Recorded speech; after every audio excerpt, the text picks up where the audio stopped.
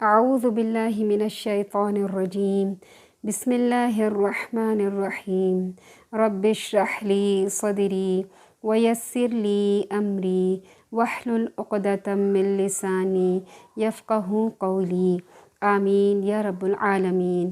السلام علیکم ورحمۃ اللہ وبرکاتہ۔ قابیل اور حابیل کا واقعہ آج ہم پڑھتے ہیں۔ اللہ تعالیٰ قرآن مجید میں فرماتے ہیں، اور اے محمد صلی اللہ علیہ وسلم ان کو آدم کے 2 بیٹوں حابیل اور قابیل کے حالات ٹھیک ٹھیک پڑھ کر سنا دو کہ جب ان دونوں نے اللہ کی جناب میں کچھ نیازیں چڑھائیں تو ایک کی نیاز تو قبول ہو گئی اور دوسرے کی قبول نہ ہوئی۔ تب قابیل حابیل سے کہنے لگا، میں تجھے قتل کر دوں گا۔ اس نے کہا، اللہ پرہیزگاروں ہی کی نیاز قبول فرمایا کرتا ہے، اور اگر تو مجھے قتل کرنے کے لیے مجھ پر ہاتھ چلائے گا تو میں تجھ کو قتل کرنے کے لیے تجھ پر ہاتھ نہیں چلاؤں گا۔ مجھے تو اللہ رب العالمین سے ڈر لگتا ہے۔ میں چاہتا ہوں کہ تو میرے گناہ میں بھی تو ہی اٹھائے، اور اپنے گناہ میں بھی تو ہی اہل دوزخ میں سے ہو، اور ظالموں کی یہی سزا ہے۔ مگر اس کے نفس نے اس کو بھائی کے قتل ہی کی ترغیب دی تو قابیل نے حابیل کو قتل کر دیا اور خسارہ اٹھانے والوں میں سے ہو گیا۔ اب اللہ نے ایک کوا بھیجا جو زمین کو کریدنے لگا تاکہ اسے دکھائے کہ اپنے بھائی کی لاش کو کیسے چھپائے۔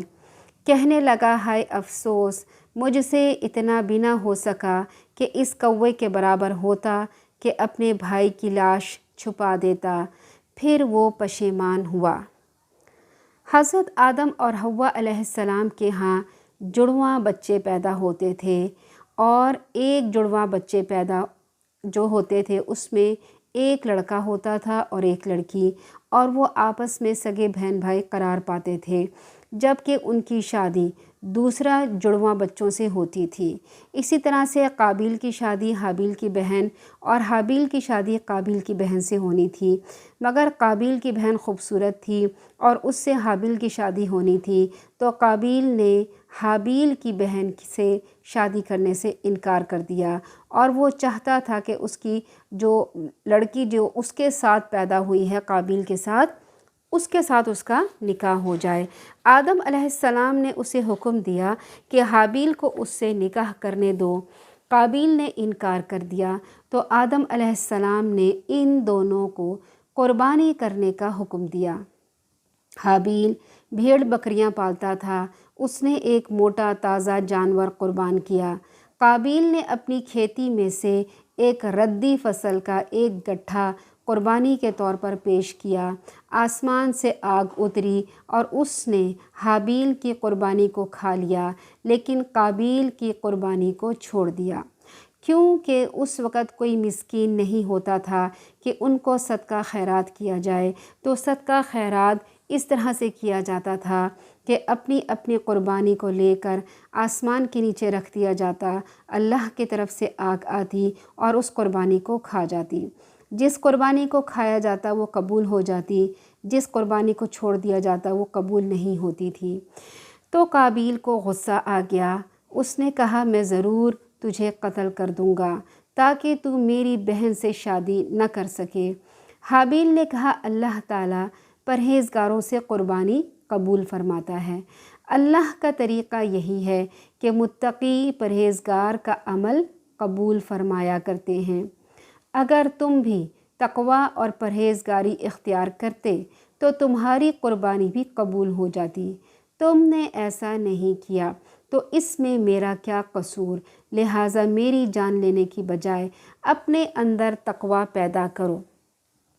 ابو جعفر نے فرمایا کہ جب وہ دونوں قربانی دے رہے تھے تو آدم علیہ السلام بھی موجود تھے۔ انہوں نے دیکھا کہ حابیل کی قربانی قبول ہو گئی ہے، قابیل کی نہیں ہوئی۔ تب قابیل نے آدم علیہ السلام سے کہا، اس کی قربانی اس لیے قبول ہوئی ہے کہ آپ نے اس کے حق میں دعا کی تھی اور آپ نے میرے حق میں دعا نہیں کی۔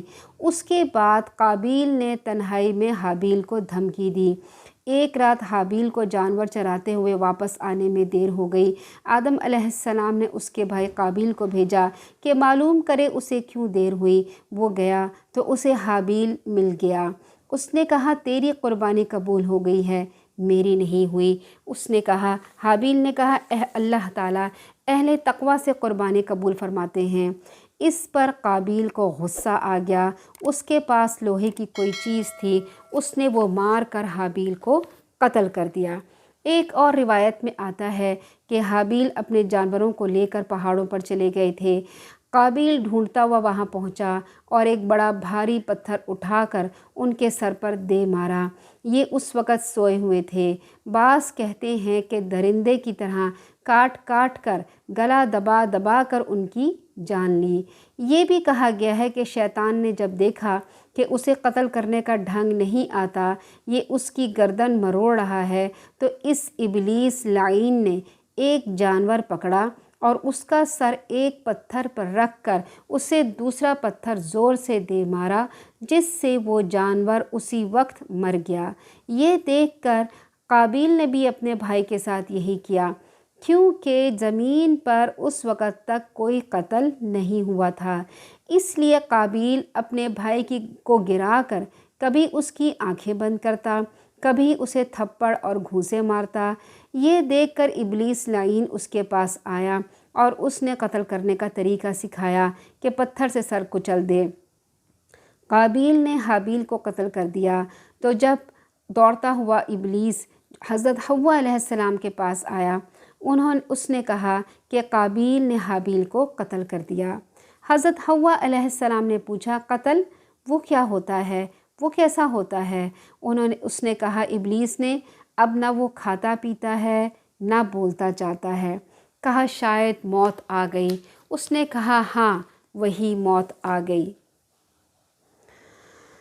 اللہ تعالیٰ فرماتے ہیں کہ حابیل نے کہا کہ اگر تو قتل کرنے کے لیے مجھ پر ہاتھ چلائے گا تو میں تجھ کو قتل کرنے کے لیے تجھ پر ہاتھ نہیں چلاؤں گا، مجھے تو اللہ رب العالمین سے ڈر لگتا ہے۔ اس کا مطلب یہ نہیں کہ میں اپنا بچاؤ نہ کروں گا، بلکہ اس کا مطلب یہ ہے کہ میں تجھے مارنے کی کوشش نہیں کروں گا۔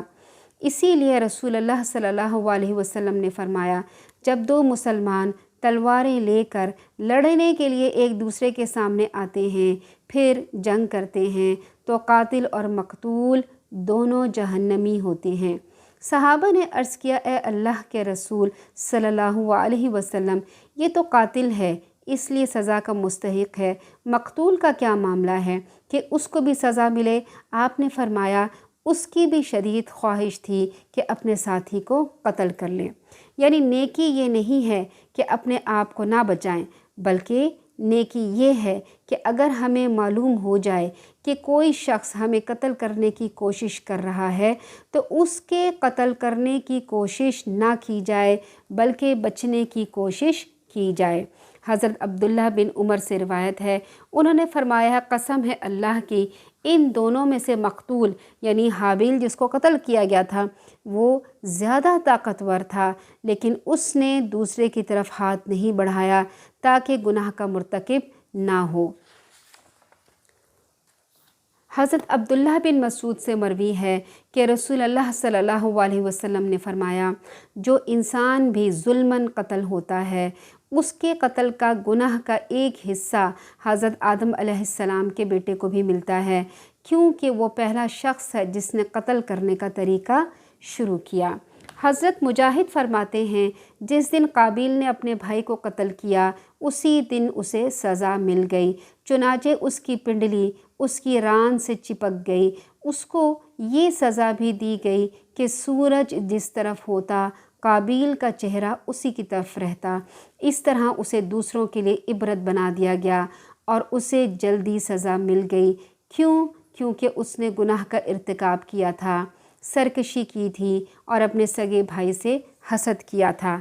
امام ابن جریر رحمۃ اللہ علیہ نے اپنی تاریخ کی کتاب میں کسی کا یہ قول ذکر کیا ہے کہ آدم اور حوا کے ہاں 2 کر کے 40 بچے پیدا ہوئے۔